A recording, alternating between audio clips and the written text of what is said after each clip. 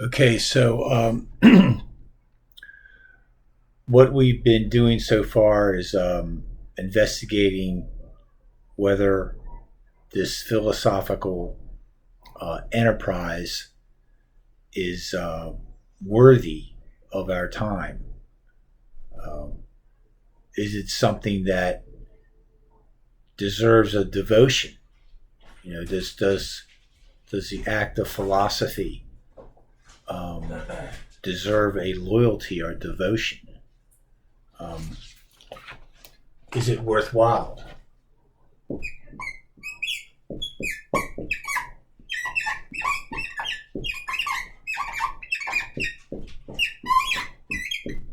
Is it worthwhile? Is philosophy something we should give our time to? So then I'd raise this question of, well, philosophy is all about engaging in the act of wonder.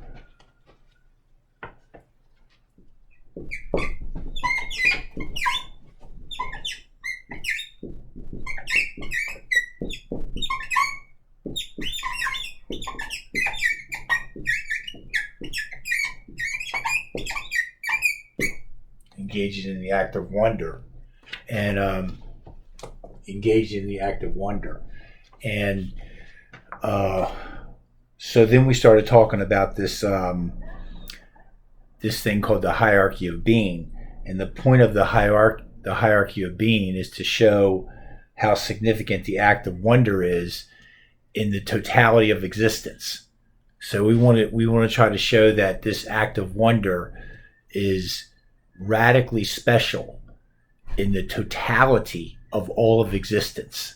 Okay, that's what we're going to do with this hierarchy of being.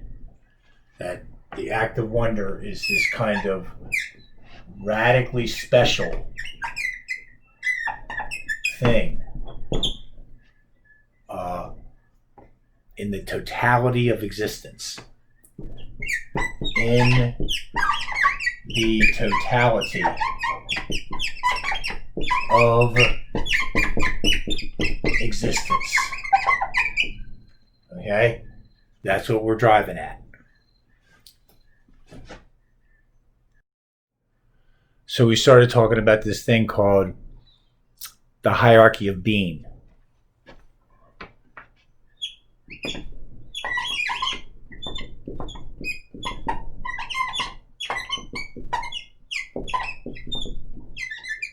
Well, the hierarchy of created being.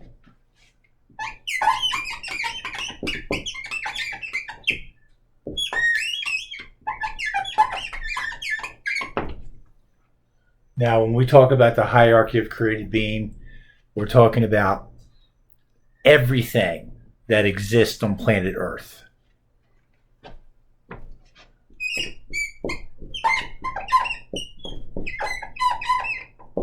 Everything on planet Earth.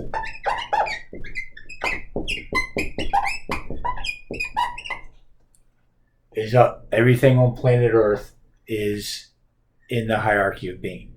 Okay, so we talked about how the hierarchy of being starts off down at the bottom here at what we call the atomic. Then there's the chemical. Then there's what we call the biological.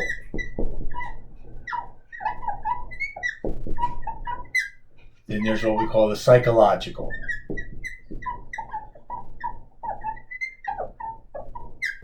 And then there's what we call the human person. Okay? And everything on the planet is in there.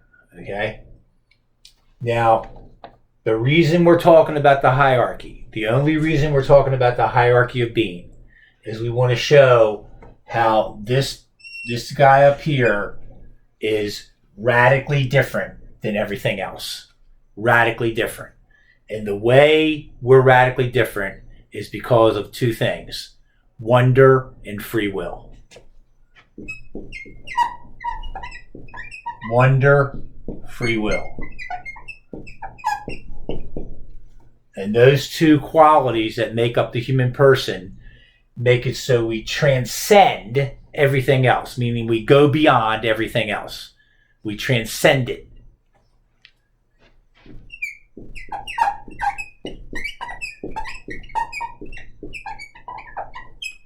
We transcend all the rest of being.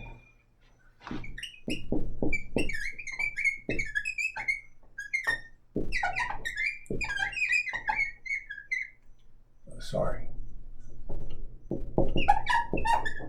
We transcend all the rest of being, okay? Because we have these capacities of the ability to wonder and free will, all right? They're known as capacities. They're abilities that we can do. Capacities. Capacities, all right?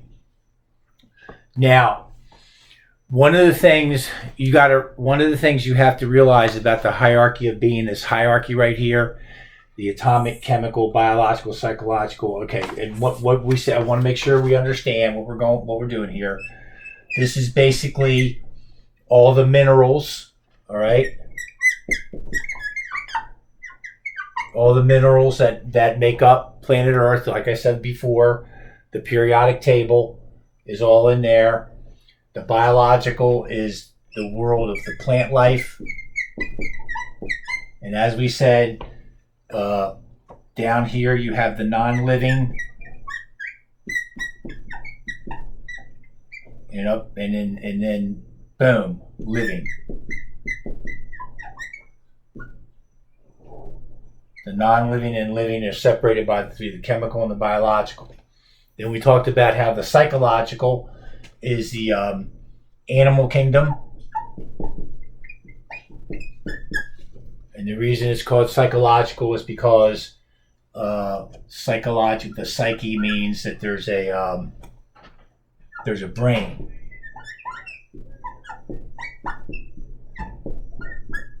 Okay.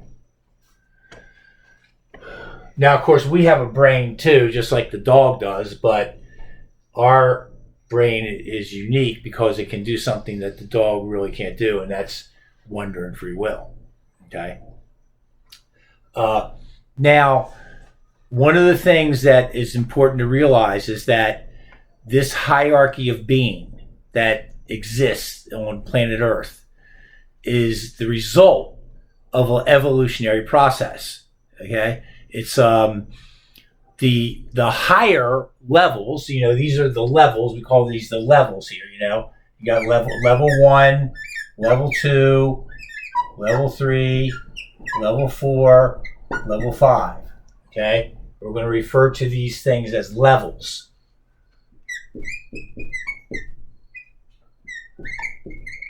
Levels. And the idea in evolution is that the higher levels come from the lower levels. All right? The higher comes from the lower.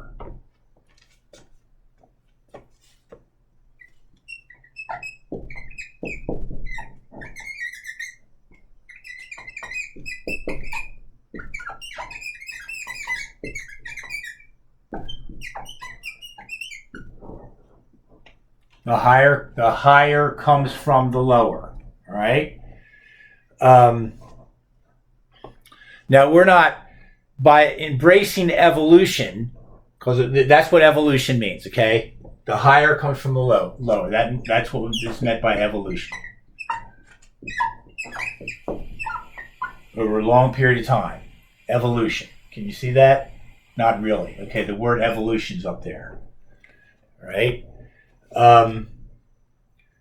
So we're not trying to affirm the idea that somehow evolutionary processes exist or come about somehow divorced of God. Okay, this is not a presentation where we're saying there's no God, but we're saying that God created the universe in such a way that it evolved. So we're saying that evolution, this word right up here, is God's method. All right? It's his method. It's the method he chose to use to bring forth the universe. Can you see that? God's method. All right, maybe I have to change this. Change the. Hold on a second. Okay, so when we're talking about the hierarchy of being, as we just got done saying, the higher come from the lower. That's the theory of evolution. All right. Now, there's something that's very important to realize about the hierarchy of being. All right. Hierarchy of being. Hierarchy of being.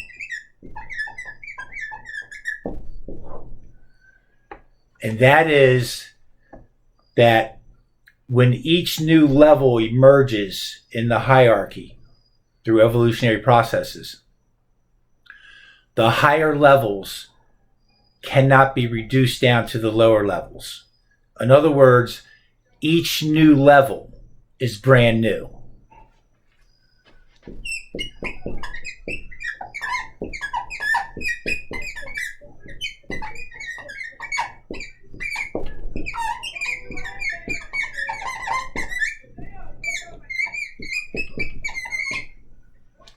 Each new level is brand new. Each new level is brand new. All right. So that means that, to look at a real simple example, biological life is not just made up of chemicals. It's something new. It's different. Okay. It's dependent on chemicals, but it's not reducible to chemicals. Okay.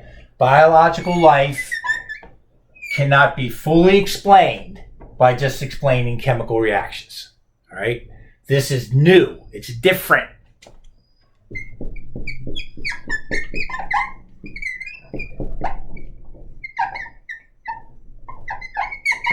It's new. It's different. Okay? So, as we said, the higher levels are dependent on the lowers, but not reducible to the lower. Okay, so that's a very important concept. The higher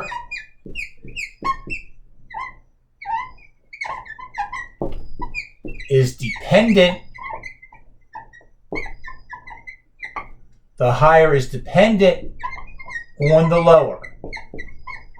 Okay, the higher levels are dependent on the lower levels, but the higher levels can't be reduced to the lower levels. Not reducible.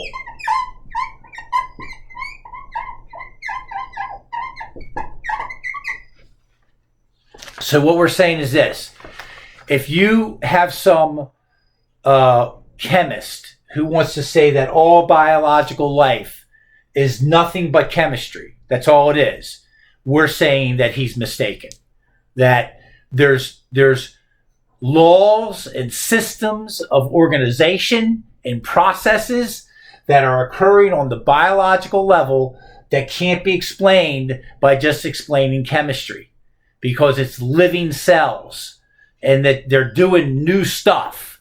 Okay? There's something radically different between a plant and a piece of carbon that's not alive. Okay? And so then we're going to say that once you have a brain, that a brain is brand new. It's something different than a plant.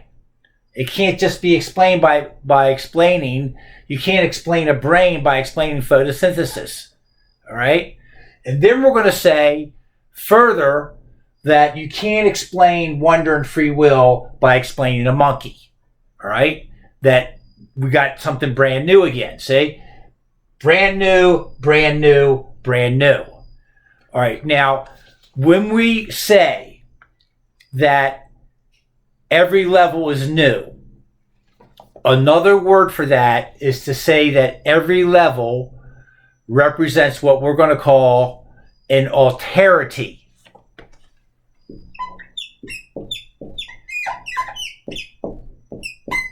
Alterity. Alterity. Alterity. Okay? There's an alterity that's constantly emerging in evolution. All right? And I'll explain what that means in just a second. Okay, we're back now talking about the hierarchy: atomic, chemical, biological, psychological, human person. All right. Now, what we mean when we say that each level is an alterity, okay? Each level is, we mean it's an otherness.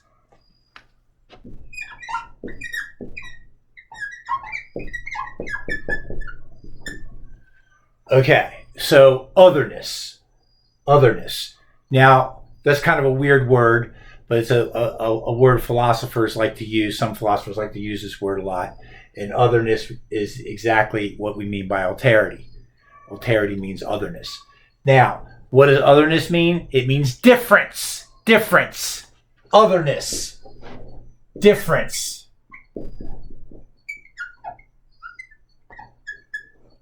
Okay? So, the biological as a living thing is an alterity to the chemical. It's different. It's different. It's an alterity. It's an otherness. It's not the same thing. Okay? And I'll give you kind of a cool example of alterity. Sometimes once in a while you'll be at Loyola and you're like walking down the hallway, and for some reason you'll see like these high school girls in the hallway, and you're like, what are they doing here? Because they are an alterity to Loyola. See, they're not a boy, it's a girl, right? They're different. And their difference represents an alterity in that setting, because all you see in Loyola is just a bunch of guys walking around, right? So, you're kind of surprised. You're walking down the hallway one day in the middle of the day and you see a bunch of high school girls walking down the hallway. You're like, man, what are they doing here? So that's an example of alterity, otherness. So another example of alterity in a very simple sense is food. Food is an alterity.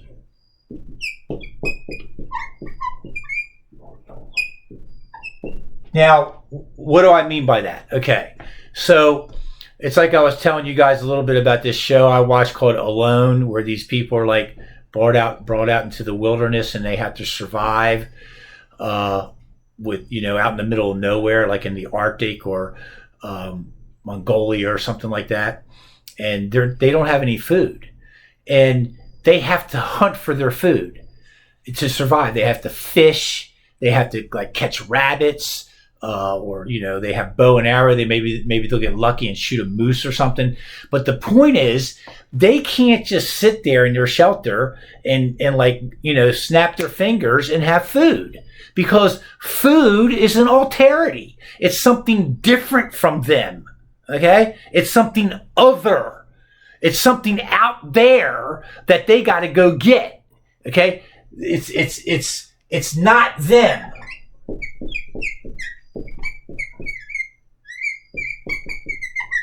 Not them. All right? It's like this one philosopher says, the mouth can't feed itself. It has to have this other stuff. We have to have this stuff called food to feed ourselves with, right? And it's not something we can create out of our own, we just can't dream it up. It's out there and we got to go get it. All right, so if that's the old saying, the mouth cannot feed itself. Okay, the mouth cannot feed itself.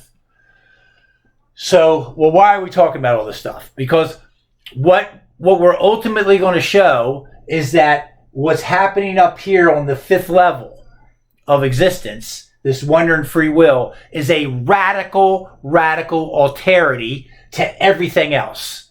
Okay? It is radically different than everything else in existence. It's the ultimate alterity. All right? This right here, the wonder and the free will.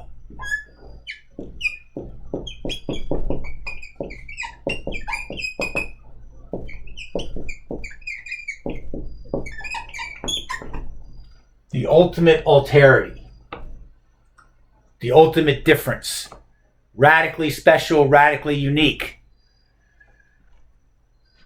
Radically unique. Radically unique.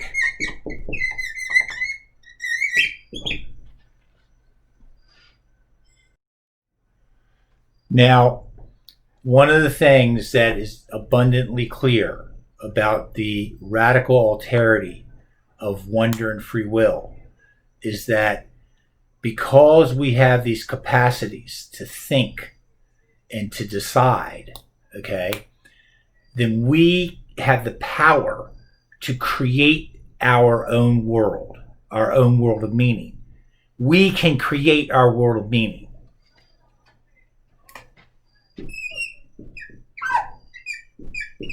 We can create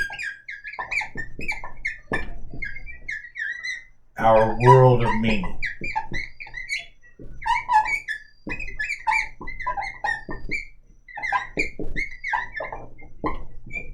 We can create our world of meaning. So I'll just give you a simple example. When I first went to college, I was like thinking about being a business major and that kind of thing, typically what happens. And I had this philosophy course with this incredibly wonderful professor. Actually, this guy that I met kind of changed my life. And he actually went to Loyola. He was a Loyola Don. He graduated in 1964. But anyway, I just decided, I'm not going to be a business major. I really don't have a passion for that. And I want to study this philosophy. So, the point is that because I made that decision, it changed my world. Okay. And the thing is, I had the capacity to make that decision. I could decide what I was going to major in. But my father said it was okay. He was a little bit, terrified, but he said okay. And so I was able to change my whole path in life. Because why? Because I can think and I can decide. See, wonder, free will. I get to create my world. It's not predetermined. Okay, not predetermined. I get to decide. Not predetermined.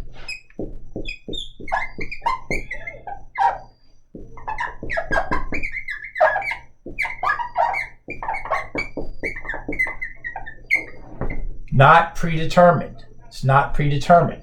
Okay? It's free. Free.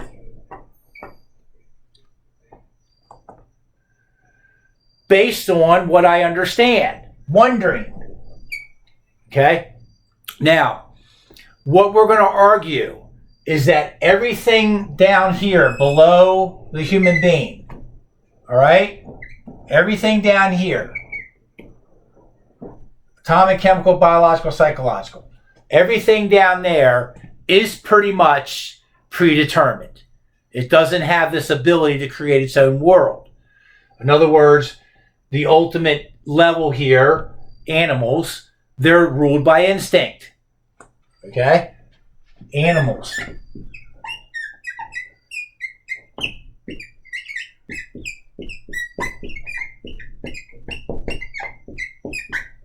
Ruled by instinct. And what we're gonna refer to everything below the human person. We're going to refer to that, this whole thing down here in the hierarchy, we're going to refer to that as alreadiness. Alreadiness.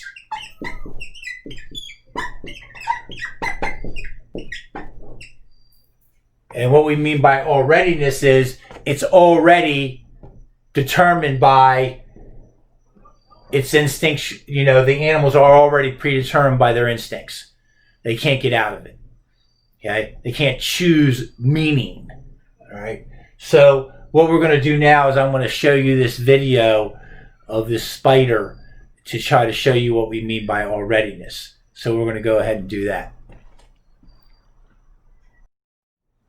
Okay, now that we've seen the video, it's very clear that the spider, when she makes the web, she has to make the web the way she makes it.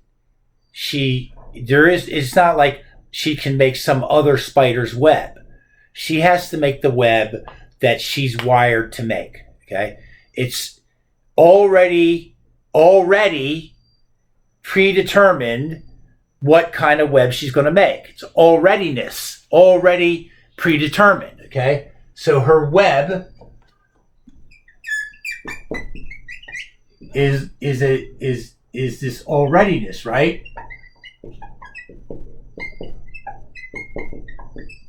Because she must make the web she does make.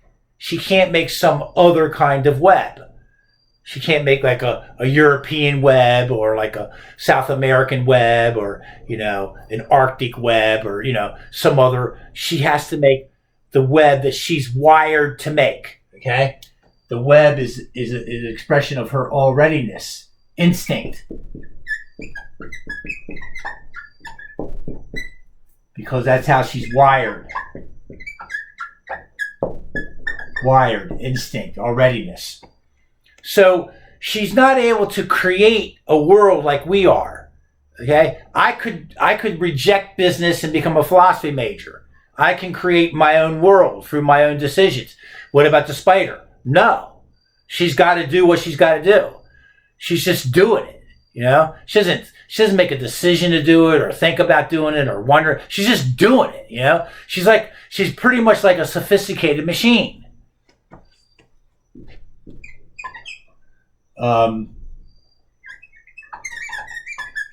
She's a sophisticated machine. See?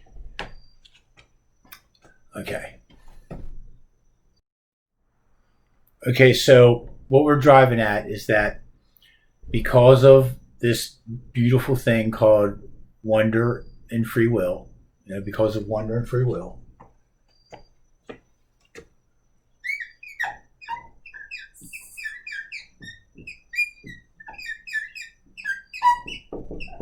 because of these capacities that make up the human person,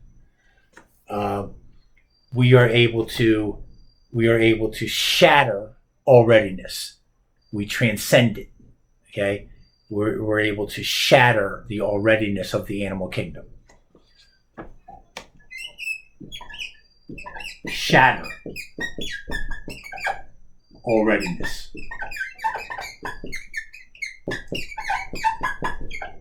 Shatter alreadiness. Meaning we go beyond it. See, it's an alterity, see? It's an alterity because it moves beyond the alreadiness of the animal kingdom. It transcends it, moves beyond. Transcends.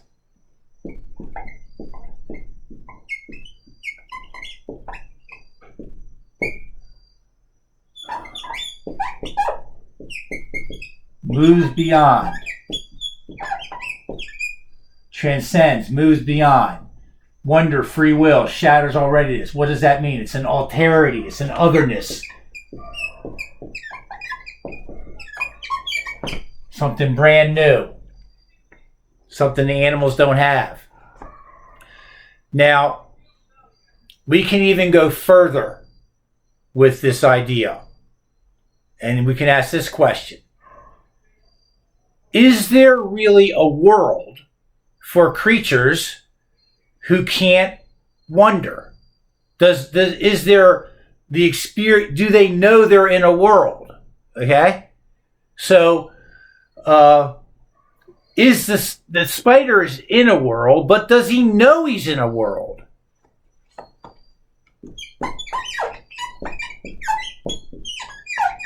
The spider is in a world.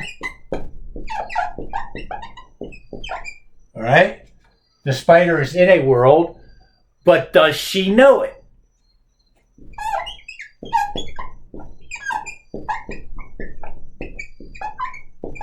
Does she know it?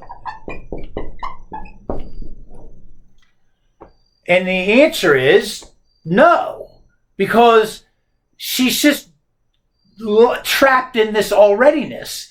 The spider can't step back and look at the web and say, wow, I just made a web in a world. It doesn't know any of that. It's just doing it. Okay?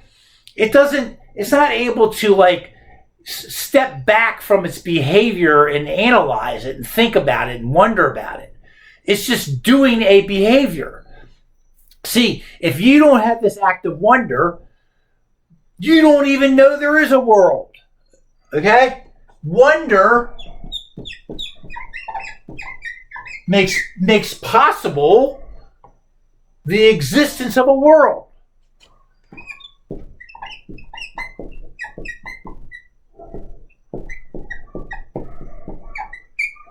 Wonder makes possible worldness. Okay?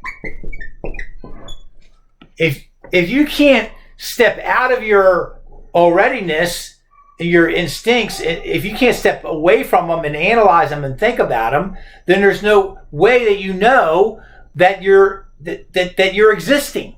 Okay? It's this act of wonder that makes possible the awareness of existence while you're existing. See? So wonder not only gives us the ability to create our world, it gives us the ability to know we're in a world.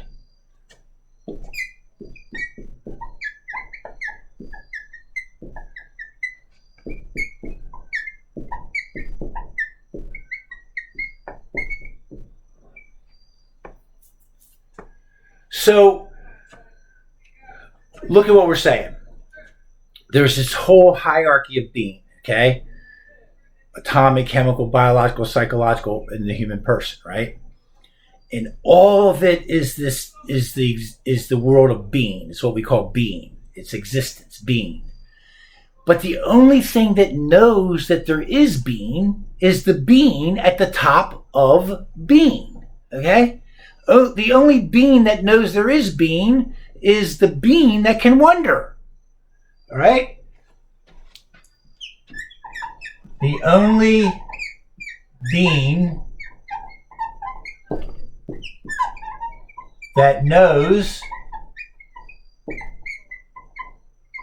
there is being is the being aware of being. Okay? The only being that knows there is being is the being aware of being. Humans.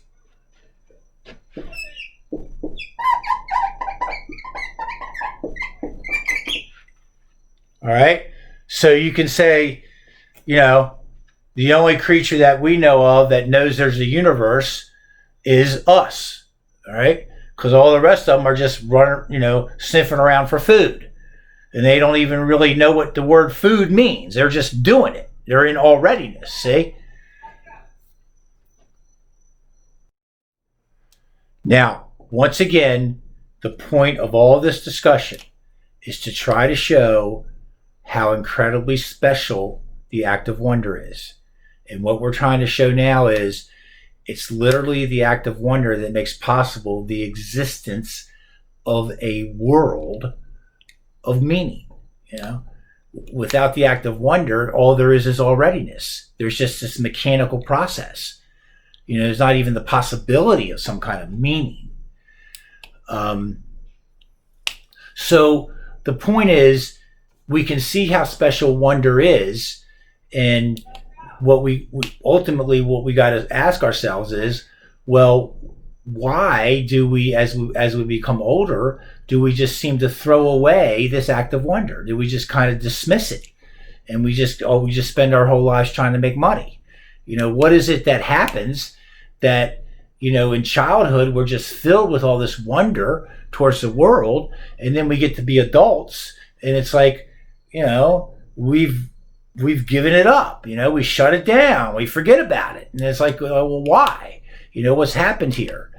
Okay, so we're going to go ahead and end the discussion here, and maybe I'll ask you guys a few questions, and we'll continue next class. Thank you for paying attention, or trying to pay attention.